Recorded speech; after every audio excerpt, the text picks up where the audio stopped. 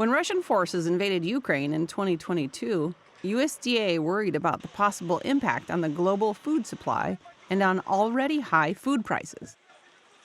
As response plans were being formulated, the Risk Management Agency, the USDA unit that handles crop insurance, announced a plan it hoped would boost production inside the U.S. to offset any losses in the former Soviet Union's breadbasket.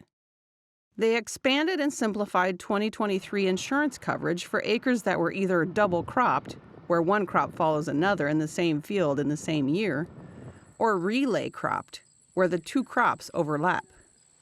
We expanded double cropping coverage into 1,500 additional counties. The expansion in 23 was historic, in my opinion. Farmers answered the call. Crop insurance agents did a lot of educating to farmers about what this was going to look like.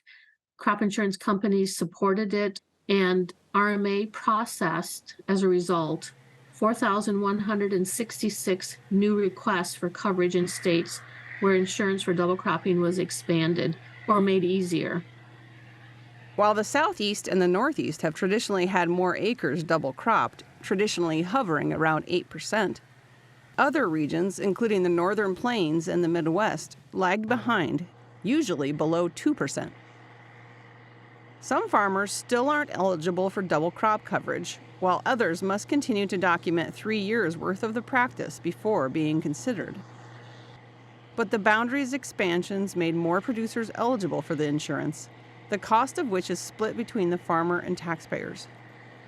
In states where double cropping coverage was expanded or made easier, nearly 1 million additional acres of grain sorghum and soybeans were insured, representing more than a 48% increase in insurance coverage for the second crop compared to the 2014 through 2022 average.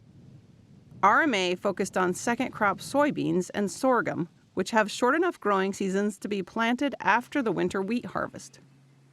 RMA Administrator Marcia Bunger, who farms with her husband in South Dakota, has been happy with the results so far and expects additional federal expansions to the program. It's such a new concept, probably in those areas that it got expanded to, that without the protection of crop insurance, it would have probably taken a number of years to evolve. Because we don't have a crystal ball for weather, you need to be somewhat cautious because it costs money to put crop in the ground. Farmers felt they could sleep at night probably a little bit better. The extra acres may have been planted due to RMA simply providing farmers with a safety net, but other factors were also likely at play. Dry weather last year in some Midwestern states may have harmed winter wheat and forage harvests, prompting some farmers to put in a subsequent crop. Other producers likely added wheat to their operations as predictions of higher futures prices came in the wake of the invasion. So insured winter wheat acres were up over 2.5 million acres, and that is a 16.8% increase in the area where USDA streamlined the coverage. Linus Rothermick, who farms about 100 miles west of St. Louis, was double cropping before the federal program was expanded, but has not added the double crop coverage just yet. He follows wheat or rye with Japanese millet, the seeds of which are planted by other producers who use it for hay.